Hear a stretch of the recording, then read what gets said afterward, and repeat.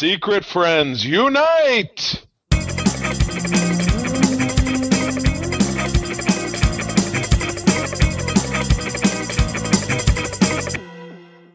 Welcome to the Secret Friends Unite, episode 518. This is your guide to the geek side, and I am one of your hosts, Todd Oxtra, living the dream. It's the NCAA tournament, the big dance. Michigan State's in it. We're still alive. Won by 25 on Friday. Life is good. This is Charlie, by the way. I was telling you, and John, I got in on my company's bracket on the last day, and we hadn't done it in several years, and the three of us, you, John, and I, and I feel like since then that you can just click a button and it'll pre-populate it for you, or you can go manual. But it looks like people in my company did two brackets where I just did the one, so I'm doing really bad. I do have Michigan State to win, which was an emotional decision. Probably not going to go down like that, but you know what? I'm going to learn my lessons. And again, like you and I were talking about the pre-roll, it's all pie in the sky. It's all who knows the hell what. So it's just for giggles. But anyway, we got a great show for you, as we often do. Todd found us another really interesting film from 1985 to talk about, which we will be doing in the Thunderdome. But first up, want to give some love and homage to the wonderful people on our Secret Friends Unite Patreon. If you go over to patreon.com/secretfriendsunite, you get the benefit of exclusive shows, ad-free shows, cool little benefits for 7 days for free, and then as little as $2 a month to stay on board. A lot of entertainment for $2. Folks like my buddy Derek, the figure dude, Francie, who's my wife's hairdresser, Mr. Luke Lore over on Xbox Expansion Pass, and my awesome Uncle Tim are all Patreons, including also John Sedorf, the awesome Phoenix Sisters Entertainment, Kelly and Crayley, Brendan Myers, Corey and HD, Matthew Keel, my buddy Kurt Krug, always hooking it up with those great interviews. Todd and I have talked to some great folks lately, and you can only hear it over on the Patreon. You can hear it first. And our friend Tanya Lee down there in the Southlands. And lastly, but not loosely. Ooh, that's just what came out of my mouth. Hold on loosely. Don't let go. Yeah, so there you go, 38 special. The awesome Nias family of the Twin Cities, Sean, Stella, and Henry. And this is the last week for what, Todd? Oh, our Patreon giveaway. Yes. We've made it simple to enter, and a lot more people have entered now. So I think the barrier of entry, when you make it simpler, people do enter. And we learned. 5 free annual subscriptions to Patreon. So basically get all our good content for a year, ad-free at the Friends with Benefits level. Just email us at secretfriendsunite@gmail.com with subject Patreon giveaway. And we'll pick winners at random to be announced on, I believe it's April 3rd. It's the Friday. It's the first Friday of April. Gotcha. Very good. Yes, keep sending them. I've been doing plugs. We've all been doing plugs on our social media. So we will, I'm sure, each do another one this week to remind you.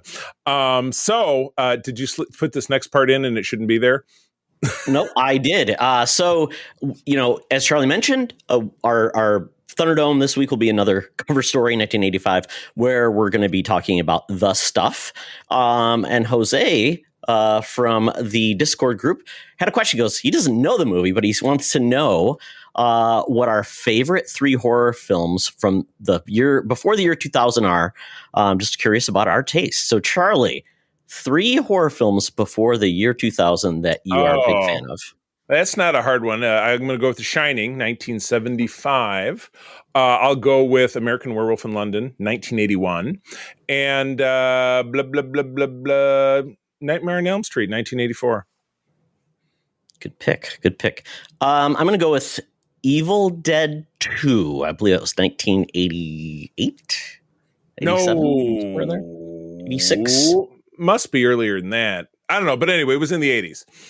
Yep. Pet Sematary, I believe it was 1990. Yes. The original Pet Sematary film. Love that movie to pieces. And another one would be Night of the Creeps. That's 1986. And that's a movie I don't think, Charlie, you've ever seen. Have you? Boy, I would have to see a picture to know if I've seen it, but it's possible. But I'll tell you what, put those 6 films together. You know who I want to have by my side? This dude right here, from Amazing Adventures, issue 18 from May of 1973, featuring War of the Worlds. This looks like it's an based on concepts created in the prophetic novel by H.G. Wells, the power-packed premiere of a startling new series starring a guy who got his wardrobe from Zardoz. This is Killraven. Look at this. If you're watching this on YouTube, look at this guy. He is standing in looks like a raining fire on, I'm guessing, New York City, because it's Marvel Comics, so everything's in New York City. But he's scimitar in one hand, laser pistol in another hand, lots of thigh, lots of chest. It's almost a stripper's outfit, I would say. It's a little... it's got a little bit more cloth to it than Zardoz's outfit. If you're not familiar with Zardoz, Google it. You'll be sorry, but at least you'll know what I'm talking about. So, did you do any background on this? What's going on with Killraven? I've heard of the character because he went on to have a life within Marvel, but wow. It's really weird because it's almost like here you go. The character named Killraven was traveling through his world collecting things, and essentially he was Earth's last living human trying to defeat the aliens from War of the Worlds. Okay. So odd. Yeah. No, you know what? Okay, now I'm trying to figure out if there's a cone to the left and the right on top of a building. So is that maybe that satellite dish, or the one in the distance could indicate it was the Space Needle? So Seattle, Toronto, what do they call it? They call it the World Center, the one in Toronto, right? That, it's kind of Space Needle-y. You know what I'm talking about? Oh, building? Yeah. Yeah. It's the CN Tower, I believe. CN Tower. There we go. Fascinating cover, and I would be interested to see if that was on Marvel Unlimited. But I'll tell you what, somebody who decidedly could not pull that outfit off, our senior news correspondent, Madam Webb, even back in 1973. Now, forget about it. But what she does do better than anybody else in the business is bring us all the scoops and news and hot reviews down there at the corner of Hollywood and Vine with Madam Webb's News and Reviews. Let's do it. Now it's time for Madam Webb's Rumors and News. Take it away, boys. Thank you, Madam Webb. It's about that time, Madam Webb, where you celebrate the dawning of spring. You go ahead and you've bought all of the old Lucky Charms cereal. You then rebrand it as Lucky Easter cereal and sell it at a markup. Good job, Madam Webb. Capitalism. I was going to say, did she draw on the box? Like maybe Yes. maybe a printout and some Scotch tape, I would think. She cut out the Trix rabbit and put it on top. And I know she's an entrepreneur. All right, what do we got? We're playing a little bit of shuffle here. What do we got going on over at the Warner Brothers? Warner Brothers is going to be changing its release of Hollywood movies. It's a huge shakeup. But thankfully, Superman is safe in July. But the Bride of Frankenstein movie that called The Bride by Maggie Gyllenhaal, starring Christian Bale and Jesse Buckley, is being delayed. It's going from September 26, 2025 to March 6, 2026. Weird.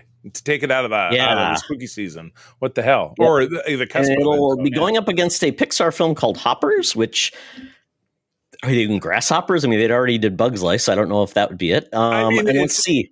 It's weird it's weird to even say it's going up against it when I can't imagine that they wouldn't be anything but that they would be counter programming. Like, well, if the kids aren't going to see The Bride of Frankenstein, they'll go see a Pixar movie. It'll be Hopperstein. It'd be a great. Oh, yes, the synergy. It's the movie pairing of 2026. Oh my God. Also, we are hearing that Paul Thomas Anderson's latest film, now officially titled One Battle After Another, will go to that September 26th slot. Oh, there you go. And that August 8th date is now occupied by Weapons, the latest from Barbarian director Zach Kreger, which has moved up from January 26th.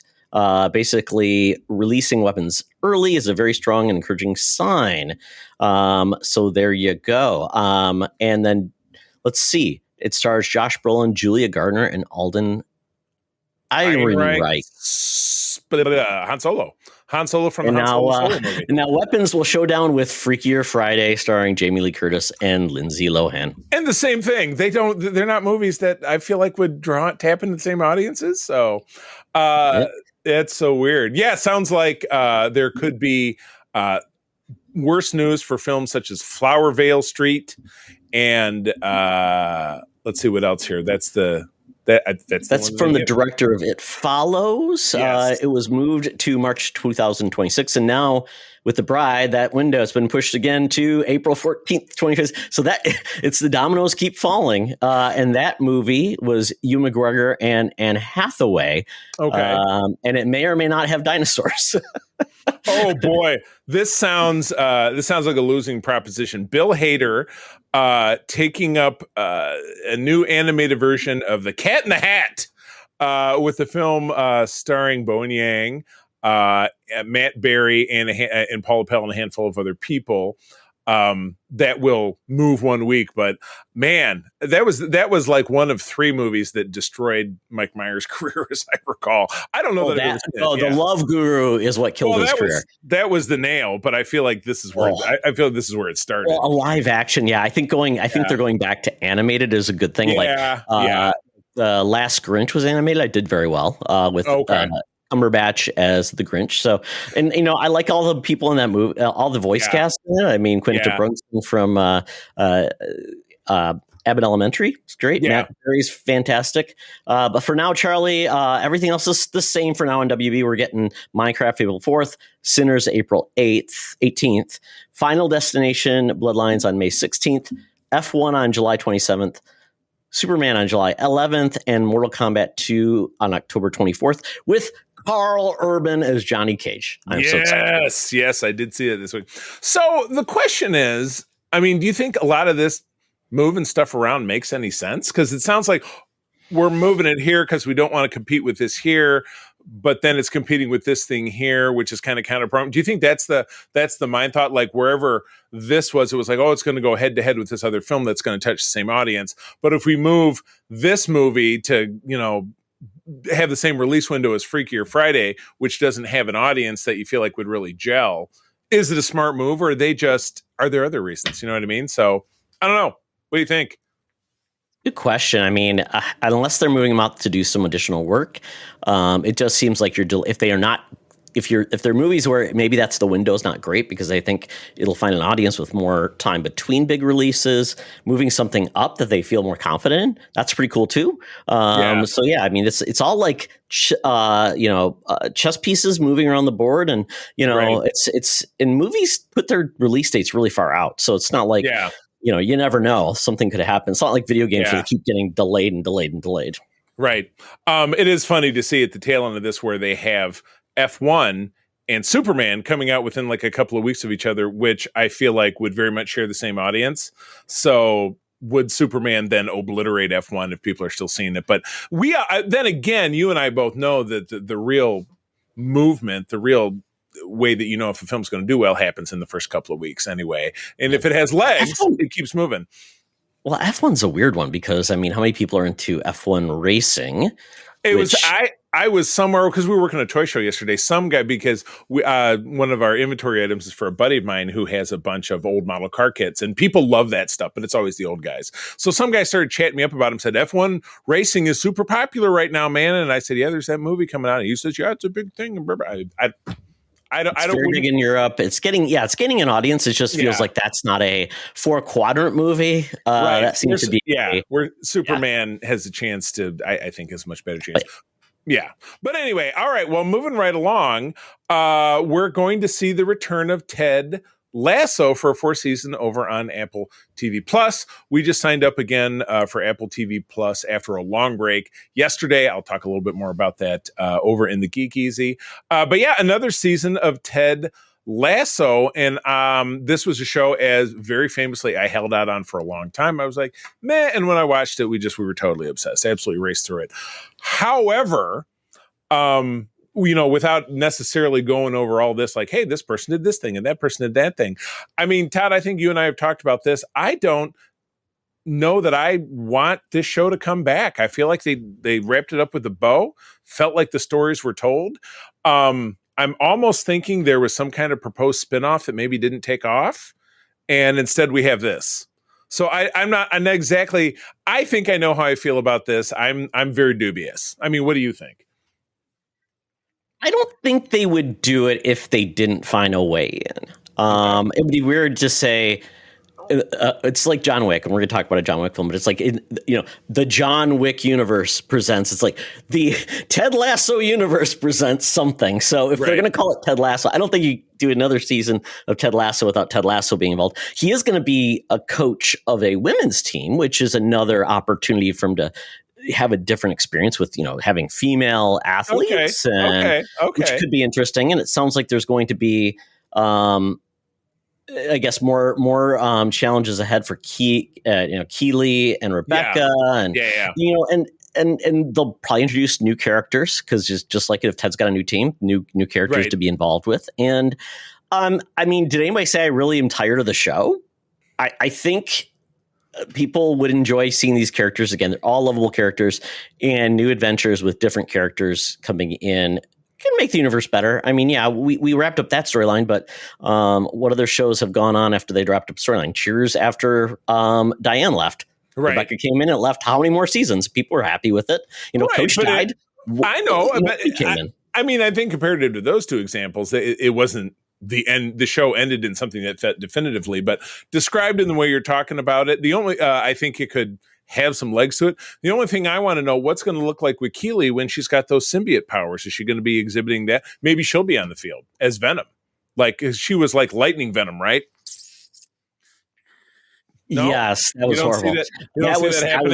I don't see her coming back with superpowers and losing her American accent. Oh yeah, from Venom 3. That would be challenging. So we'll see what happens here. I'm excited for it if it's good, but it seems like it's going to have the same creative, producers, which will be great. Like I said, this wasn't a show that went on for 18 seasons. It's only on season 3, so this would be season 4 coming up. So it's not ER, it's not Grey's Anatomy, it's not The Walking Dead, where everybody's gone and nobody's left. Yeah, season 37 of Grey's Anatomy. All right, the age-old debate rages on in this article that you found. Do Marvel movies and TV shows drive more people to read comics? Todd, you have always said, I don't want to use your words. What have you always said on the subject? I would always say there's very little crossover between comic movie success and comic success. If it did happen, I think you would have more retailers talking about it. You would also have more ads for comics everywhere. And quite honestly, ultimately, almost all the comic books, movies you get, the comics that are out in the racks don't even represent what was in the movies. So I would say there's not intended to be synergy, but I wish there was more synergy with people discovering comics. Right. Yeah. Because this article does go on to reflect some recent, in this case, both movies and TV, such as Agatha Harkness with Agatha All Along, which was a show we all enjoyed very much. But Agatha's first appearance was back in, I think, 1970 in Fantastic Four number 94, or maybe it was a little earlier than that. In November, that was selling for $105, dipped down to $40 in January. That doesn't make a lot of sense. And then back up to 55. So there was a real spike. People were super into it, bought up those copies, and but same time, her death. I love it to say the death, like death is a thing.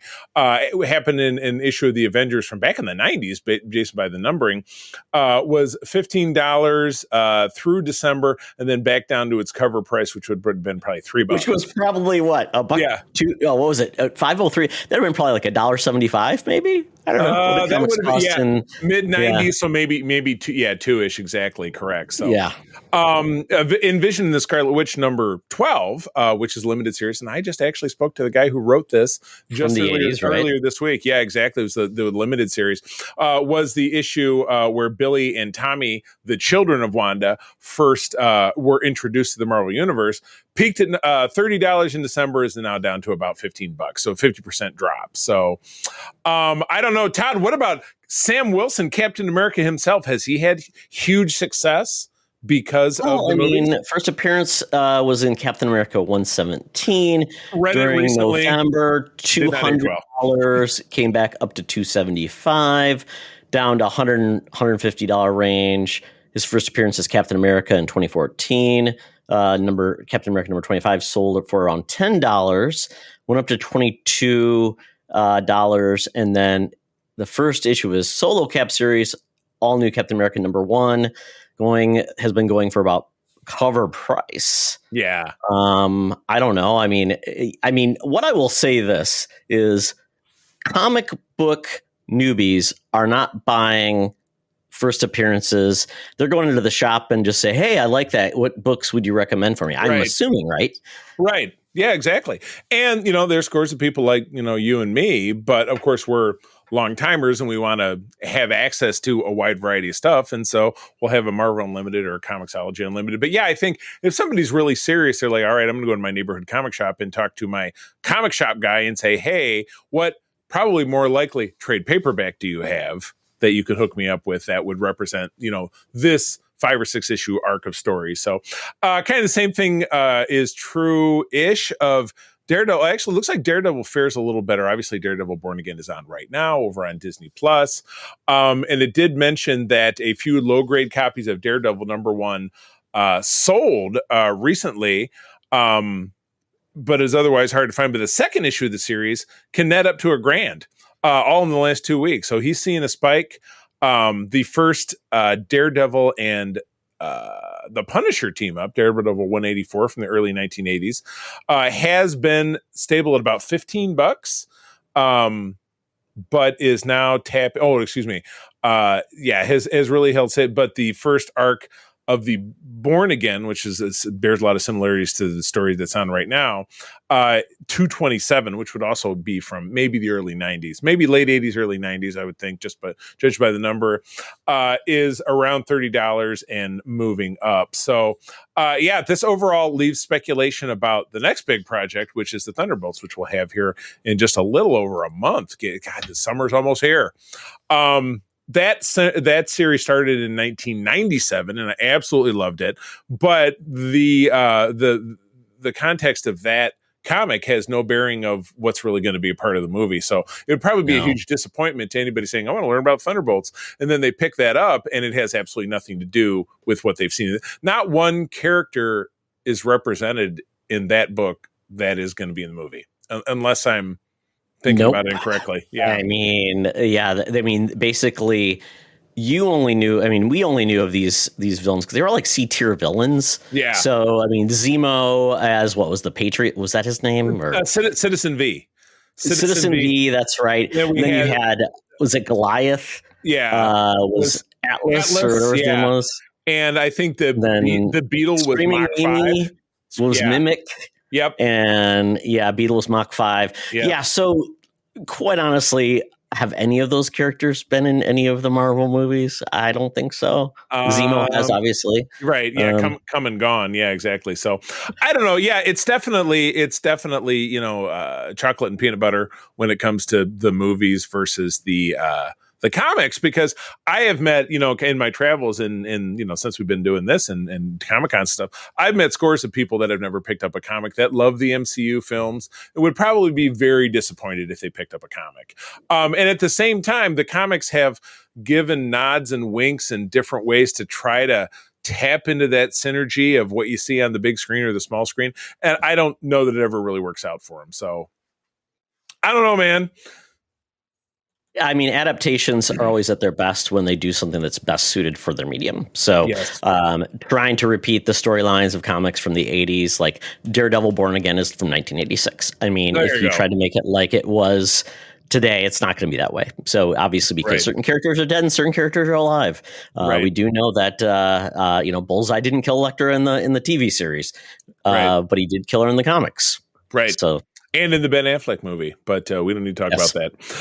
So anyway, hit us up on socials. Let us know what kind of fan you are, or if you're both, or if you feel the pull between the two. I don't know. I can enjoy them separately. I don't have to be like my mother and my brother were when I were growing up with the Tom Clancy novels. Well, that's not what happened in the book. Well, the book was so much better. Well, they killed this character in the movie, and that was natives, but who gives a shit? It's not the same thing. You know what I'm saying? No.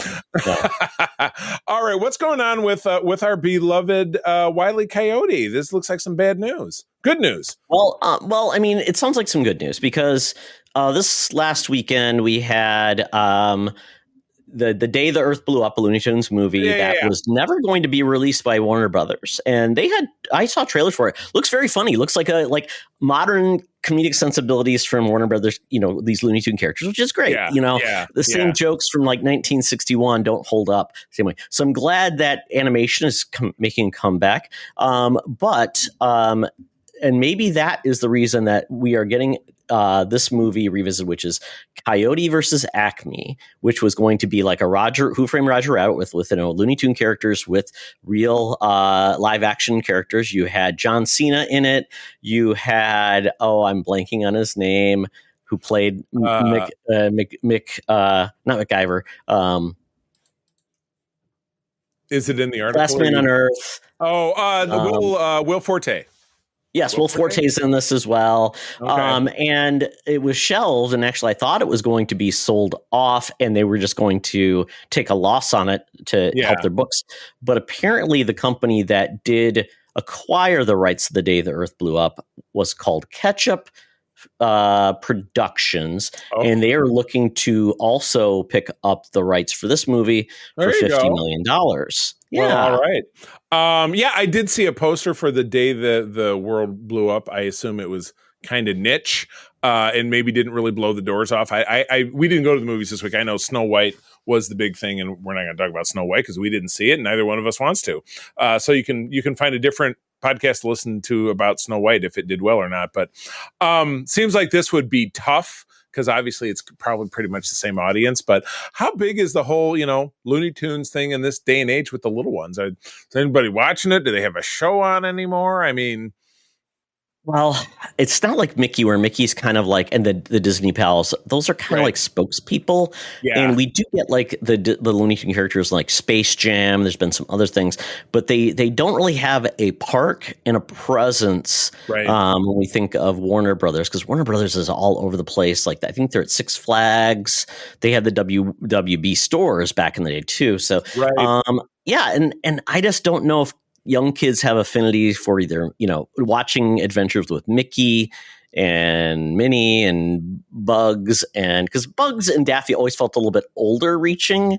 Yeah. Versus, Yosemite Sam with his guns going to shoot people, Elmer Fudd, a little more adult humor. Yeah, you think so? Than that. So I don't know. A little on the nose. Well, speaking of adult content anyway, so for a long time, you have talked about your love for John Wick, and I've talked about my meh for John Wick.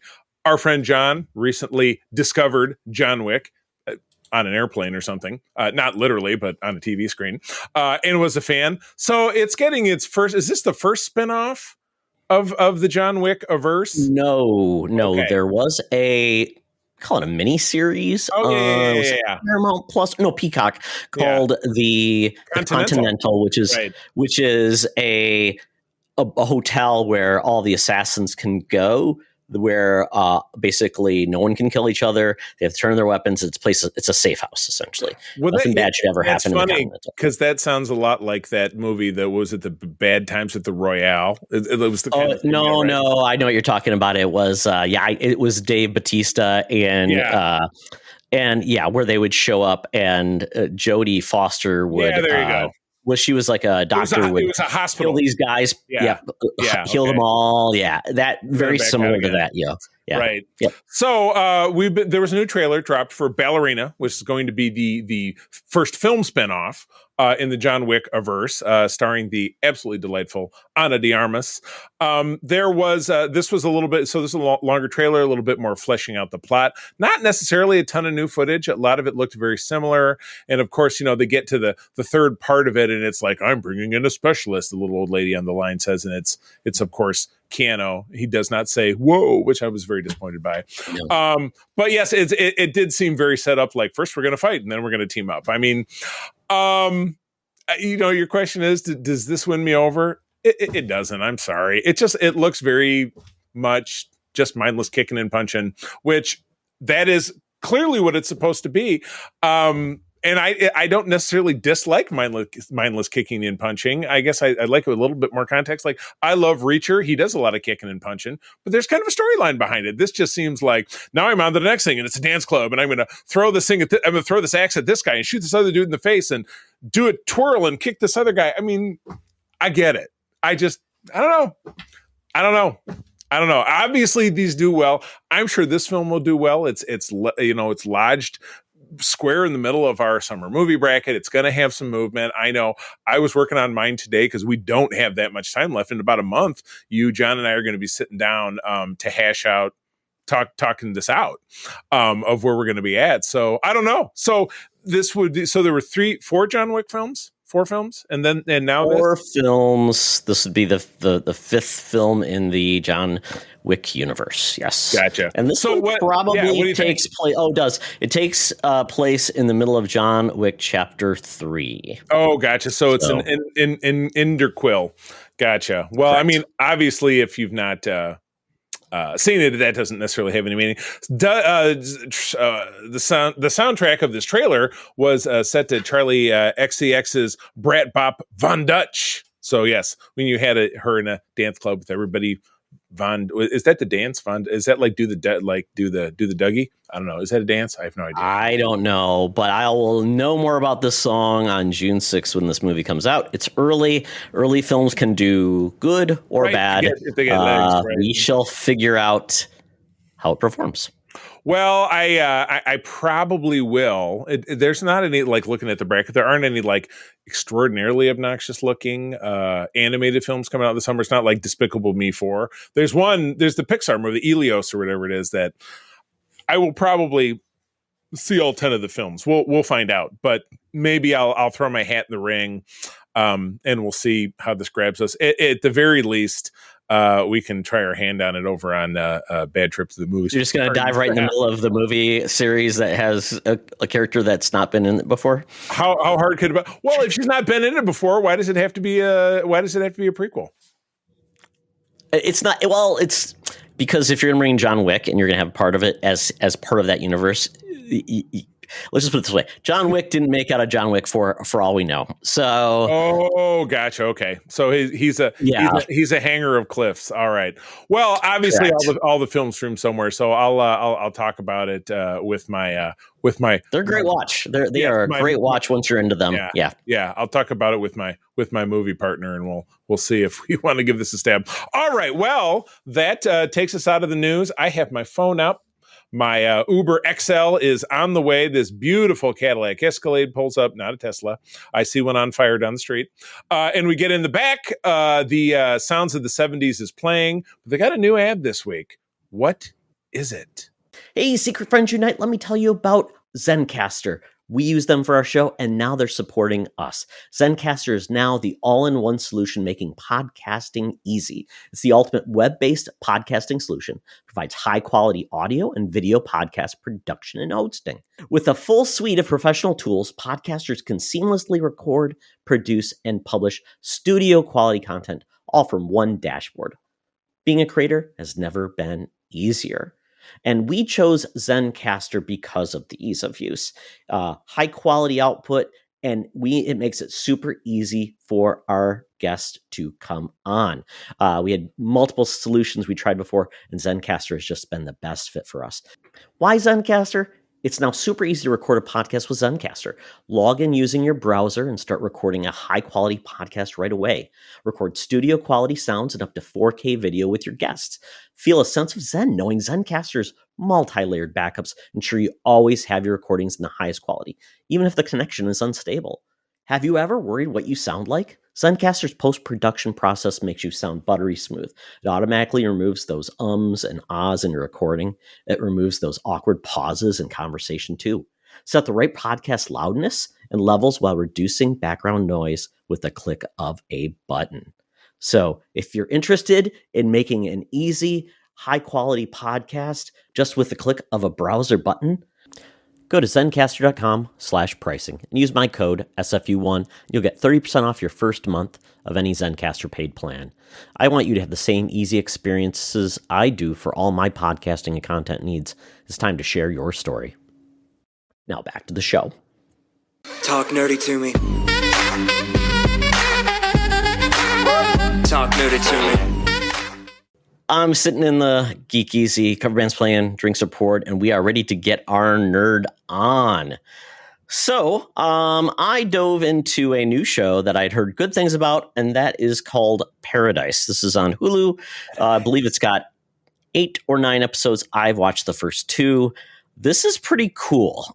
Basically, it's set in modern times. Sterling K. Brown is a member of the Secret Service. He was brought on to basically be the head Secret Service guy for James Marsden, who is the president. Ooh. And they have a unique relationship, and it's kind of rocky at times, but things are going well. And essentially, and I don't want to give too much away, but this show starts off with the premise. It really kicks off in episode 1. It gets you right into it. That then leads into a bigger mystery involving all of the different characters. It's not what you think it is. It is really cool, and they do a good job of setting up a premise and then going back to it right away versus like, we're not going to talk about that for 9 more episodes and then we'll finally give it away. So they do a very good job of this, but it's hard to talk about this without giving too much away. But I think the acting is excellent. The premise is unique, and the actors are acting their butts off. And there's not a lot of people you'd know who they are. First, I thought one actress was the actress from Lost. What's her name? The brunette. Kate. Evangeline Lilly. I thought it was her, and it wasn't. No, I'm like, okay. Oh, it's not her, because she looked a little bit older. I'm like, oh, maybe they aged her up or something. But acting is really good. But this series sets up a premise about kind of like, what would you do to protect the people you love? This is the best way to put it. So I can't give anything else away. Yes, but after the first episode, you're all in. Oh my! Okay, and that's on the Hulu. Yeah, I think I had seen spots from that in passing. Yeah. So nice. All right. I've heard it goes even crazier as you get through it. So I'm like, I'm all into the crazy. I'll take it. Then Daredevil episode 4 of Born Again introduces us to back to Frank Castle. What he's been up to is not shaven. Yeah, getting a little crazy. Hopefully, he's living in a basement. I don't know if I missed that part. I'm like, what's he doing down there in a basement? It's like a maintenance. It's like a maintenance room for like a building. Oh, so yeah. he's a janitor, but in his janitor's closet, he's got a lot of guns. So he could. I was going to say it's a little. And he's not even doing a job of hiding the weapons well. Yeah. Matt is kind of at his, I would say at his nadir at this point, because he's feeling like. Yeah, nothing seems to be working. He is doing some pro bono work to help this guy out, get him out of jail because he stole some boxes of Fiddle Faddle or Crunch and Munch. Right. And you got it. Yeah, and apparently he's got a long rap sheet, and Matt's doing his best to, get him down, get his basically sentence to like from 30 days to lower. Yeah. And the dude just says no, unless I get probation. I ain't doing this. And he goes back and, hey, I got you 10 days. You should be happy. It's a blessing. And it just basically says, what do I'm the system's against me. Last time I tried, I was in jail. I lost all my benefits. And yeah, it's like, so he was like, I just wanted something to taste good. And that's why I did it. So that was, and boy, I tell you, certainly in the world we're living in right now, you understand. Definitely. So that was, especially this is a superhero show and blah, blah, blah. But, I always appreciate a touch of the reals, what's life like for real people in the big city, what I mean? When you live in Hell's Kitchen, right? Or you operate at Hell's Kitchen, it's not exactly a great place to be. Yeah. And then, I mean, he goes to Frank basically saying, I need some help, I can't do this alone. And then Frank is apparently just still going out whacking dudes and does not want to be involved with the superhero racket. Right. And so I don't know what's going to happen there. But then the other part we get introduced to what appears to be our main antagonist in this. Oh my God. He's got a mask. He's got like blood coming down his eyes. It's named after one of those terrible bands you love, Todd. Muse. That's the dude's name. Yes. Oh, yes. The character is Muse. Apparently, he's a newer character in the Daredevil comics. Yeah. Entourage. Yeah. So I don't know much about him, but he seems like a really bad dude doing some really nasty things. Kind of like more of a serial killer, I guess, than a regular villain. Right. And then I don't know where this. Yeah. We wrap with Matt, practicing his baton on the roof after his lady friend has fallen asleep. So he's getting back into the mix. He knows. That's what I'm sure we're going to get. I think we have, if it's not next week, it's the week after we get a double dose. We get 2 episodes on one really? night. Okay. Yeah. Okay. So because they're accelerating because they got to wrap up so they can then get Andor out or have a week in between or something like that. So because Andor comes out, Lord knows you can't have 2 things overlap. I mean, how would we ever have a network that would have more than one thing on? When everything is streaming and you can watch it whenever you want. Exactly. You just have to because. I mean, maybe the methodology is they don't want to toss too much stuff out there so something doesn't get missed. But again, if you're somebody who's watching a Daredevil or an Andor, it's like season 2, season 3. I don't know how much crossover there is between those 2 series either. Yeah. I mean, maybe between those 2 because they're both a little bit more adult centric and have more of an adult audience. Yeah. It's not like Star Wars Babies or whatever it's called is distracting people from the latest Marvel show. But with that kind of stuff, it's probably as much they're worried about stuff just getting buried. You know what I mean? People never finding it. Sure. Yeah. Sure. Why not? That makes sense to me. Speaking of things that got buried, and I had to listen to the Weekly Planet guys talk about this movie to even remember that you and I had talked about it several weeks ago when a trailer came out. Yes. And that's over on Netflix. This is the Russo brothers put out Electric State, which is different than apparently Electric Boogaloo. But this is set in the 90s, so already sounds like it could be a recipe for success. But it's got Millie Bobby Brown, who's all grown up now, and Chris Pratt, who goes back and forth looking like a scruffy dude to looking exactly like Star-Lord without the jacket. But this has to do with the aftermath of a brief battle between the forces of mankind and anthropomorphic robots, including, say it with me, Mr. Peanut, and some other very kind of familiar looking like, Felix the Cat and stuff like that. Don't want to spoil a ton of it. Again, it's very Netflixy kind of fare. It's filled and it's written by McManus and McFeely, or McFeely and McManus, the guys who do the Avengers movies, the guys who always worked with the Russos. Oh, God! I did not know what their name was. Yeah, so. No, I just it just happened. It sounds like a law firm, McManus and McFeely. McManus and McManus. So it's 2 brothers, Larry yes. Darryl, and my other brother Darryl. Do I think it's remarkable? Probably not. They spent a couple of bucks on it, but again, how remarkable! Only $300 million bucks. Okay, that's a couple, which sounds like makes it a lot more expensive than the vast majority of films you see out there these days.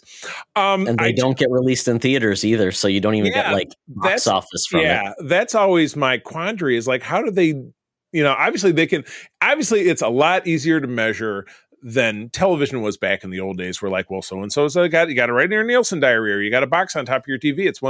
It's depending on which market you lived in, because I worked in radio and it's the same system. Where now they can track minutes and it's global and blah, blah, blah. But how does that translate into this was a big success or this was a big failure? If it's a ton of minutes, viewers, it's a ton that's of all minutes, it is. And retention, or did you see subscriptions go up? Did you see less subscriptions get dropped? I'm sure they have so many metrics they can just get from user data compared to like Nielsen that they know exactly what they're doing. But that's why, we hear that Apple TV Plus is losing $1 billion, even though they are putting their movies in the theaters. They're just spending way too much on them. Like F1 is an Apple film where they spent like $300 million on it. It's like, on what? On the little CGI cars going around a track? It just sounds. Brad Pitt, you got to pay him. They like Netflix. I mean, look how much money just went into to pay the cast for Electric State when you've got not even like just stars on screen, but you got voice actors. You hired Alan Tudyk, Billy Bob Thornton, to do voices. I mean, the Landman, Charlie, you're paying the Landman how much? He is a man of the land. Oh, I was just talking. April and I were talking again today about how much I hated that show. Oh my god! Because Tyler, his one decent show is back on right now, that 1923, and even that is getting cornier. So I just feel like Taylor Sheridan is trying to kick it up a notch. You know what I mean? But anyway, that's there on Netflix. It's basically what you expect. That's how I'm going. It's a perfectly serviceable wagon story. What can I say? Because part of it is a big robot carrying around Chris Pratt and Millie in a VW bus. It's literally a wagon. It's wagon train. Logan predicted like the brother that she's searching for is actually a robot. I will comment no more. Anyway, I did mention we were signed up to Apple TV. It's a bingo. Yeah, we were signed up to Apple TV Plus again. So I'm watching those shows that people tell you to watch. We tuned into Severance. I put 1 and 2, but I think we watched another one before I came down here. It's crazy, man. Todd, have you watched more than one? Because I know you said you watched. I've watched up to 3 now. Oh, yes. So we're in the same place. Yes. So it's an ultimate huge mystery. It very much reminds me of the Dharma Initiative from Lost. That's where I'm at with Severance, because it's like, what are they doing and why? And of course, Todd described it. And if unless you're living under a rock, you probably heard about it in some way, shape, or form. And I know they just wrapped their second season with a big cliffhanger, and then it's been renewed. So it'll be back again for a third season, I have heard. So enjoying that. Yeah, go ahead. I was going to say there's one character that, I mean, since we're so early in it, we probably don't know this yet, but it was interesting with Patricia Arquette being Adam Scott's neighbor and the way she behaves. Yes. So either she's in on both. Right. She's doing both or she's not. I don't know. It's very weird because April said the exact same thing. I really think she's in on it or something. So we'll find out. But again, we're talking vagaries, but we don't want to say too much because you should go watch it. Obviously, it's very prestige television. Yeah. We rocketed through. It was only 10 episodes and they're like 35 minutes each. But I can't remember when the first season of Shrinking was on, but it is terrific. Now this is 23 probably. Yeah, this is Harrison Ford with Jason Segel and Krista Miller. It's by Bill Lawrence, who did Scrubs. We do get the janitor from Scrubs comes back. He's a character. Robin Sparkles comes back and is reunited with Jason Segel on screen as a character. I got some tears at the end of this. Actually, one of the key characters is played by the guy who was Roy on Ted Lasso. And he has a really important, like you get a little misty in the last 10 minutes of that last episode. He's a writer as well and producer of Ted Lasso. So I think he may even write on that show on Shrinking. But yeah, Todd, if you still, have you watched any of it? Are you familiar? Oh yeah, I've watched the first 3. I mean, I like what they're laying down. I just got to stop bouncing off, and I'm like, it's greatly funny. Yeah, I'd recommend you going back. I think you'll like it very much. I was very impressed by how much I liked it. It's absolutely hilarious. It's a good show. And Harrison Ford is he's actually acting. My first thought was, why can he be so good in this and so bad in that Captain America movie? Because wow, he was just the script, Charlie. The script and direction is why. The script. But Harrison Ford has been acting for 75 years. Why does he need direction? I'm just kidding. I know.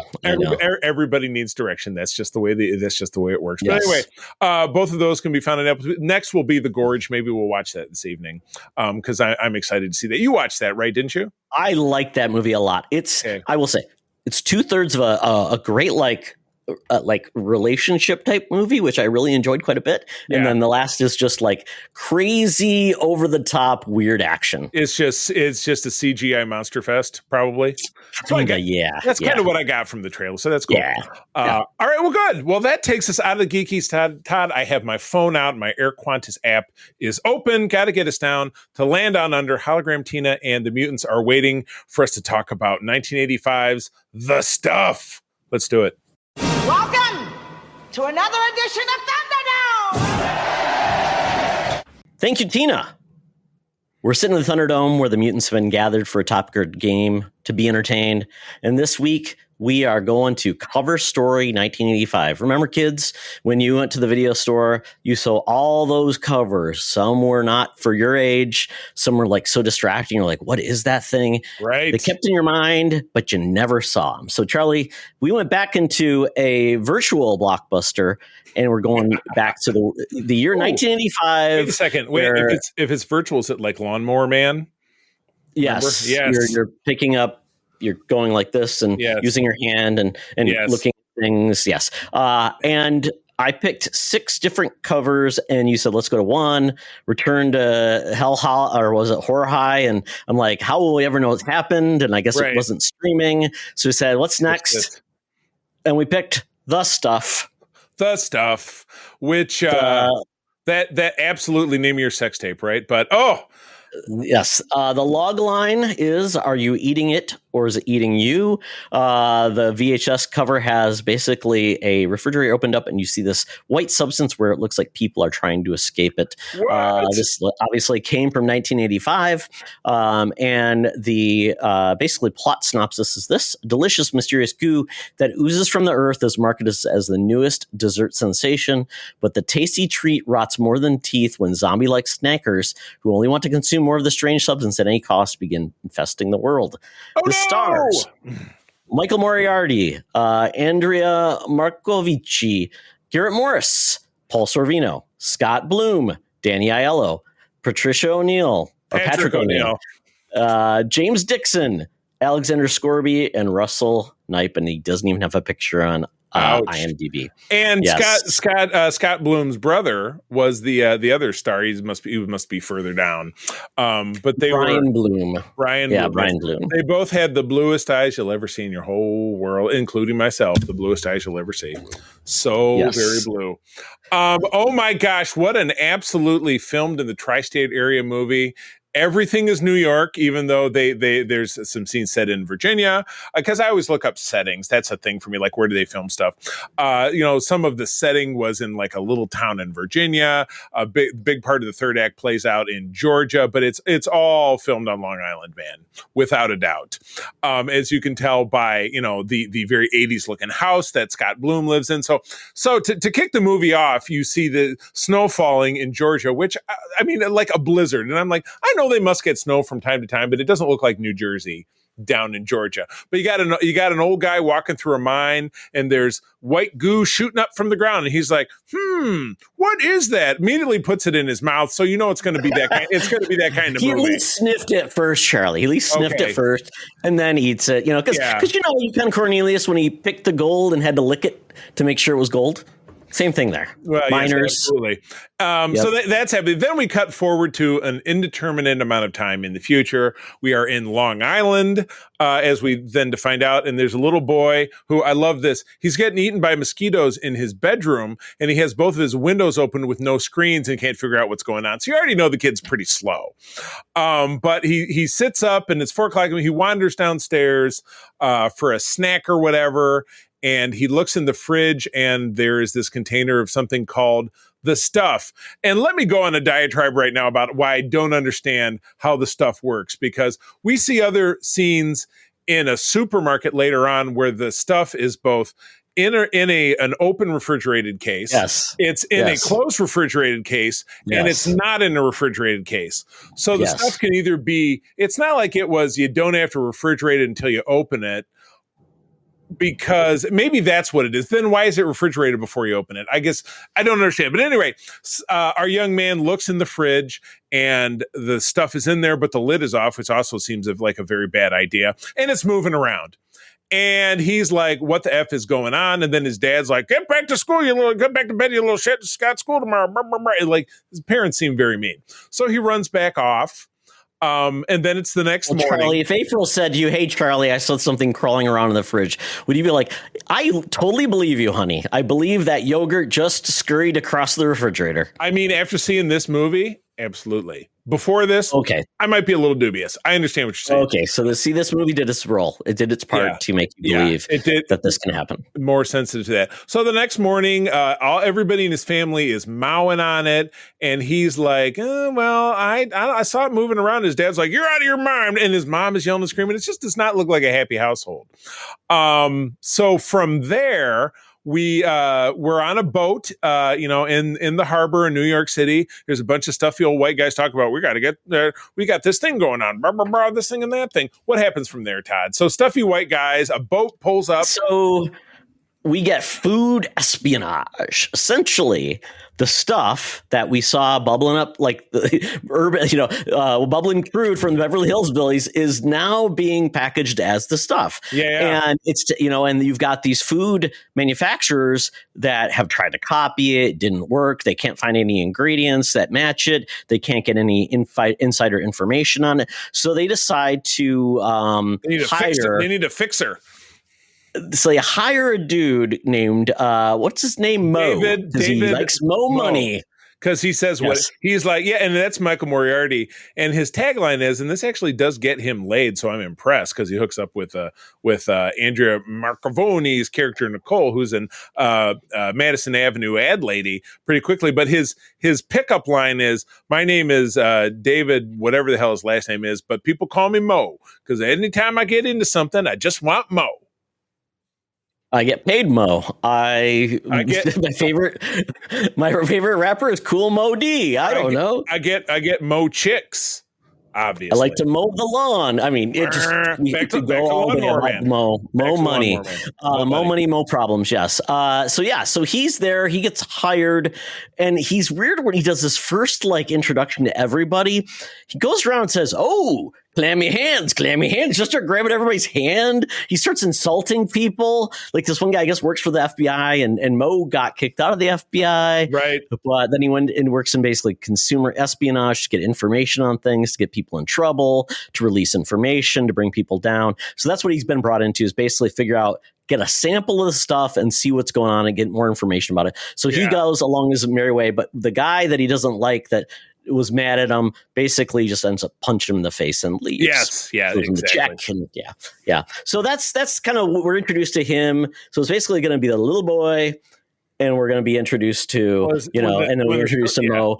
When the storylines come together. Two storylines. Yep. Yeah. So then we go back to, what's his name? What's the boy's name? Jason. We go back to Jason. He decides that he's going to go to the grocery store, and for some reason, and he's on a mission. He goes on a rampage. He sees a little boy about to eat the stuff. He goes, "Don't eat that!" And then he goes and just starts knocking down all the stuff. Starts breaking glass. How often are you in a supermarket where someone's just eating something that they're going to buy? I got to have these chips right now. I mean, I guess everybody's eating a free grocery store grape, Charlie. Exactly. But yeah, like I said, and as I was describing a second ago, he's destroying the stuff in the refrigerated case, in the merchandiser, on top of the merchandiser. He's got a broom, and then three people have to wrestle him to the ground. He's like a 12-year-old boy. He even breaks the glass on the freezer case. That stuff is pretty thick. I mean, very much so. Yeah, so Mom and Dad is really happy with this escapade. Yeah, exactly. Which is funny because by the time he gets home, it's no big deal. But in the time in between, Mo does meet Nicole, who, as I said, is a Madison Avenue pitch woman. She's the one who makes these wonderful commercials that we see throughout the movie for the stuff. God. All the jingles, very sexy commercials with ladies and people dancing, and looks like one of the very last spots had a very special guest star in the form of Abe Vigoda. Fish himself was a guest star in one of those last spots.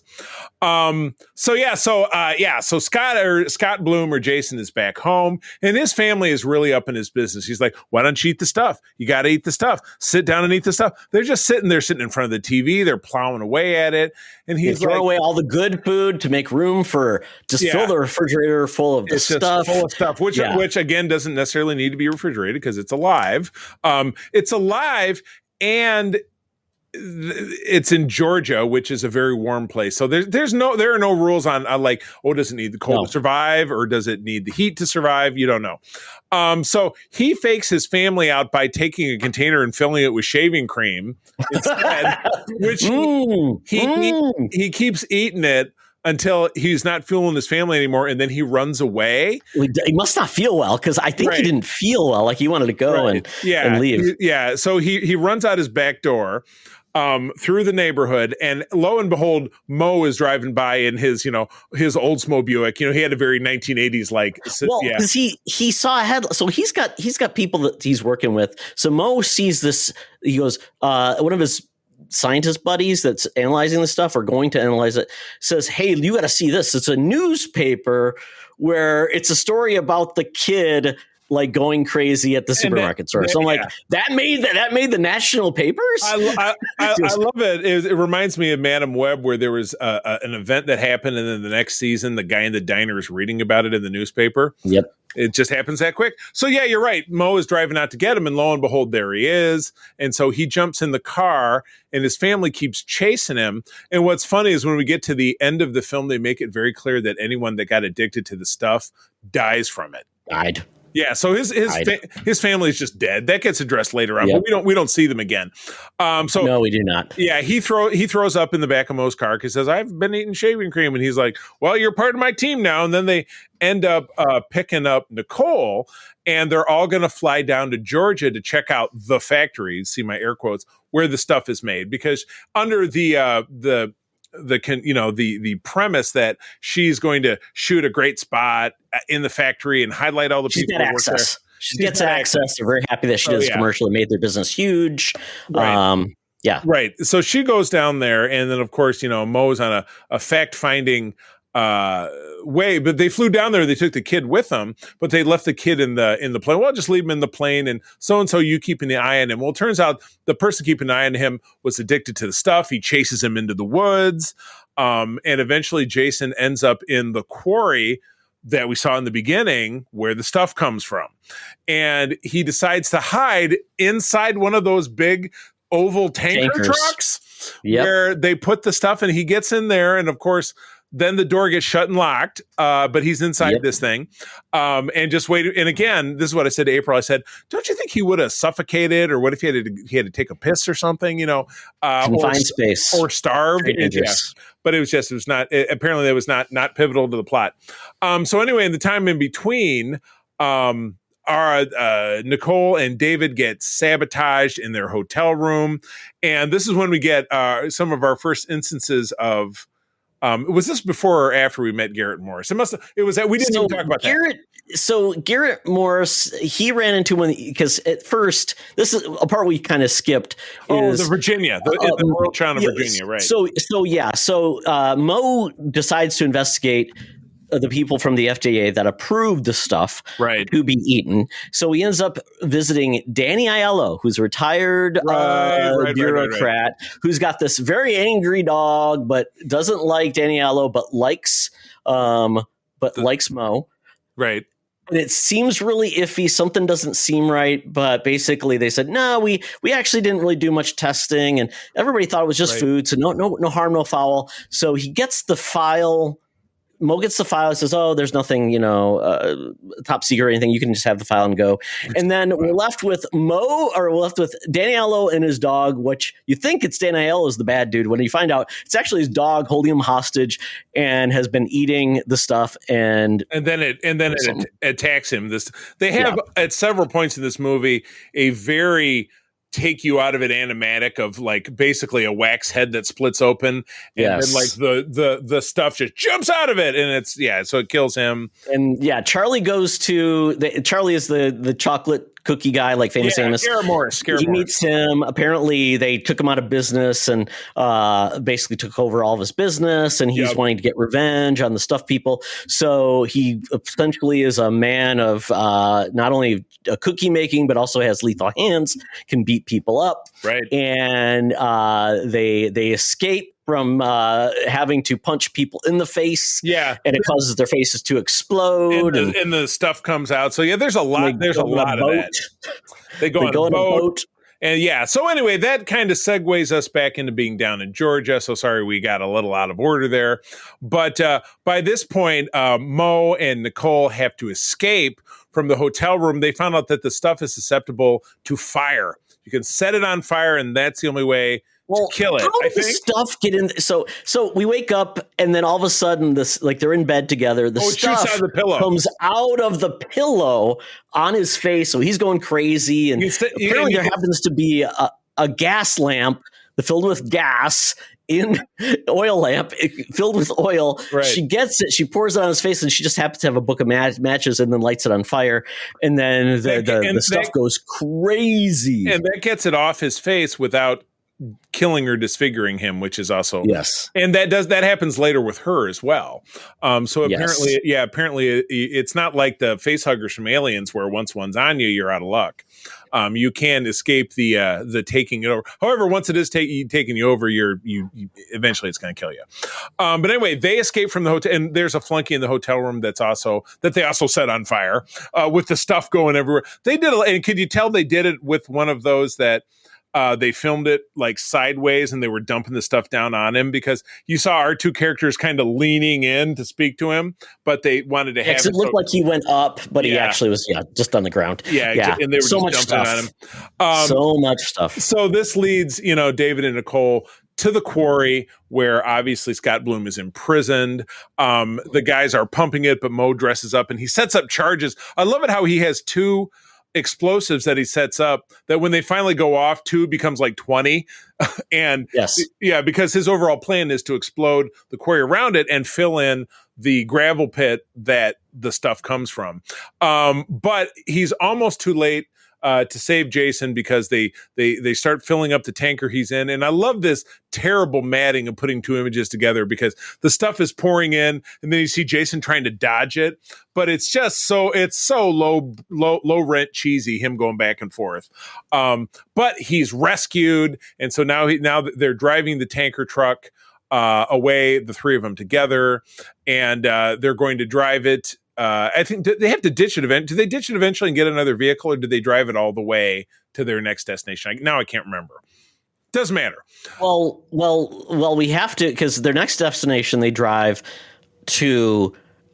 Basically, at this point, he knows someone that can help him, right? And that was somebody he previously set up in his old job, and that is United States Army Colonel Malcolm Gromit Spears. Yes, he goes to find him. He's retired or disgraced, because he's not in the Army anymore. Retired, and then he's now set up a militia. Right. He's a little cuckoo for Cocoa Puffs. Wants to kill people that discredit him, and he tried to do a good job. All the commies are trying to get him. He says, "Oh, they're trying to put fluoride in our food and water." He goes, "Well, they're trying to, and they're trying to do something even worse." So Mo convinces him to basically, "Hey, all this bad stuff is happening. I need your men to go down and take it down. The evil government companies that are trying to take over the government." He agrees. Speaking his language. I did love how Paul Sorvino needed to sneak in little asides like. U.S. has never lost a war, and the kid says, "What about Vietnam, sir? We lost that war at home." It was like, why is that necessary?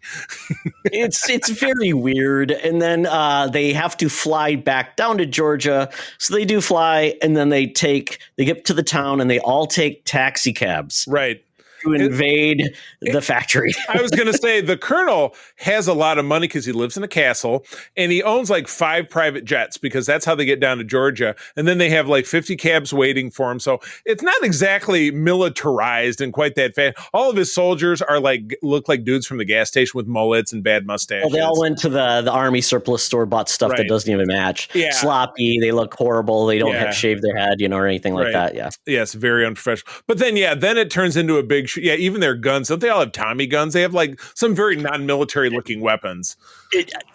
Knockoff Russian, Kalashnikovs probably. I don't know. It's a big timey shoot off, but when they finally get to the lab, all of the lab guys are dead because the stuff killed them. So, and they're all worn out. And the stuff can leave the body. Basically, once it's had enough nutrition, it leaves the body and goes. And now it's become this big... it's big parasite. Yeah. It's a big blob. Right. So the colonel is, he saw, "I own 2 radio stations in Atlanta. Let's fly down there." And then Nicole, because you're the big media personality, you're going to do a broadcast and tell everybody about this stuff, and we're going to blow the lid off this thing. So they get down to Atlanta, and they're driving around. And I was in Atlanta a few weeks ago. That did not look like Atlanta to me. It looked like another town in New Jersey. So they did not do super great with location scouting with this. But hey, I'm sure it was made on the cheap. So anyway, she's getting ready to do her big announcement, and the stuff has followed them into the recording studio because it attacks her and Scott's. Well, it was in Charlie. It was in Charlie. Oh, that's right. So Charlie meets up with them again. And Charlie's going to record with them in the studio to talk about how dangerous it is. And all of a sudden, Charlie, his mouth opens up and this stuff comes out. Yes, and it traps him and the little boy. And then this is the greatest part in the world. They say, well, it can kill the stuff. I don't know. Chop that huge wire in half. I'll take it, put it down and electrocute the stuff, which causes a huge fire. And in doing that, it also somehow doesn't kill Nicole, and it gets the stuff off her face and without disfiguring her. It's amazing. All right. So that she gets her broadcast out or whatever it is. And now we are back in New York or wherever. And Mo is in front of these two old corpo jerkwads who knew what they were doing. And they were, the stuff has been discredited. They show this big montage of people burning it like they were, burning Beatle records back in 1966. And just a nationwide boycott and outrage over the stuff. It's then that they mention anybody who consumes it dies. So his family is dead, the little boy. But yeah, Mo is back now to blackmail the two old white guys who ran the corporations, and the little boy is back there with the machine gun. He's now his enforcer. So that's what this kid's life has turned into. Now he's Mo's flunky for the rest of forever. Well, yeah, I mean, the one guy, so basically the one old dude is the guy who made the stuff. The other guy is the group from the other food company that wanted to sabotage the stuff. Now they just come together. So he said, basically, you think you destroyed the stuff. Well, there's more stuff, all different parts of the world. Everywhere. And he found a way to put a little bit of the stuff into ice cream that still makes it addictive, but it doesn't hurt anyone. Right. And so Mo says, what we're really going to do, and this was when the boy comes in with a big box, is he says, you two dickheads are going to eat all this stuff. And he forces them to do it, and then they can't stop themselves, and they're going nuts. And then Scott and Mo finally said, our work is done, and they walk away. And you think that's the end, but what happens? Black market time. Yeah, we see smugglers, getting the stuff off a truck. He checks it out, basically like when you chest cocaine in a movie, what do you got to do? You got to put it in your finger and taste it or whatever, or a knife. He had to open up the stuff tasting. He's like, it's good stuff. So we know that the stuff is still out there, and who knows what's going to happen next. Oh my God. All right. And then that's the end of the film. Do we have any additional nuggets of wisdom about the film? Was this a theatrical film? Because it's so funny because it almost, the opening credits, which are just when Scott Bloom's character is walking down the stairs, at 4:00 in the morning, the credits said something like, guest starring so-and-so. I'm like, who guest stars in a movie? You're like in a movie or you're not in a movie. You guest star in a TV show. So that's what kind of threw me off. Was this like a made for TV, whatever? But no, it was a theatrical film. So what are some of the stats? $1.7 million, but I don't see any box office from it. Maybe I don't know. That was the budget. Yeah, they spent every nickel. Yeah. I don't know if they have financial information. Here we go, Charlie. All right. The numbers has it. I don't see any. Let's see, box off. Let's see if weekend box. I don't see any box off for it. There's no information for it from theatrical performance. And the guy who directed this, he directed some very odd, just movies. When I looked at his credits, Maniac Cop, and was in Maniac Cop 2 and 3 also, because it wasn't good enough just to direct those. But his seal of quality is very low. I was going to say, and I did notice in the opening credits, he is the EP and the writer and the director. So he had complete creative control. He was the George Lucas of this film. Nobody could stop him. Where are we with this movie?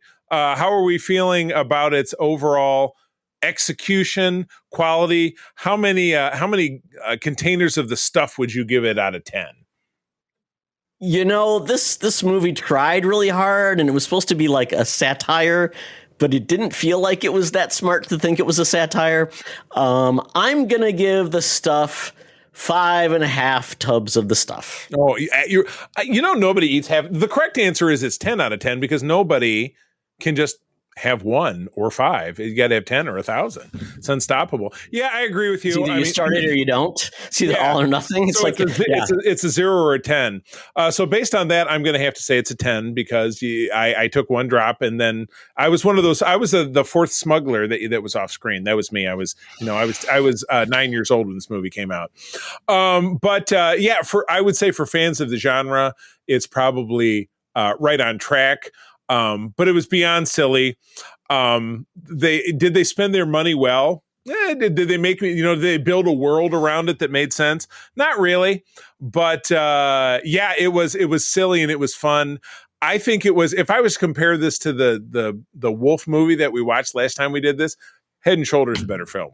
I had more fun watching this. Probably. I mean, the fact that Danny Aiello, the guy that ended up being in Do the Right Thing, Moonstruck, was in this. Yeah. And then Michael Moriarty went on to be very successful actor before he went crazy. I mean, it's kind of interesting how certain actors got into things and gave it their best, I guess. I mean, Michael Moriarty was acting his butt off. I don't know if it was effective or not, but he was acting his butt off. Acting his butt off. That's wild. Well, this is good. Well, I can't wait till we give a go to the next one. So, well, that's the show, friends. Good stuff. Todd, where do people find you out there? They can find me on Blue Sky at Todd Oxtra at Secret Friends Unite, also on Instagram and Threads at Toxtra at Secret Friends Unite. Excellent. And I am also at what we consider the big 3, the Instagram, the Threads, and the Blue Sky. I am at the C3, TheCeeThree. I'd like to spend most of my time hanging around our Secret Friends Unite Discord. That is where all of the fun chats about geekery are happening. If you're not a member, find us on Discord. And if you can't find us on Discord, send one of us a message. We'll help you out. I also run a Discord that talks about Star Trek and things of that nature called United Trekkers of Michigan. You don't have to be from Michigan, but we had to call it something. And with that, friends, thank you one more time for joining us. I'm going to tell you that sharing is caring and to keep on trucking. Be the hero, not the villain. In a truck. You got the white stuff, baby. This podcast is part of the Secret Friends Unite podcasting network, available on Apple Podcasts, Spotify, and podcast services around the galaxy, as well as video on our YouTube channel. You can support Secret Friends Unite by becoming a Patreon member, get bonus programs and more over at patreon.com/secretfriendsunite.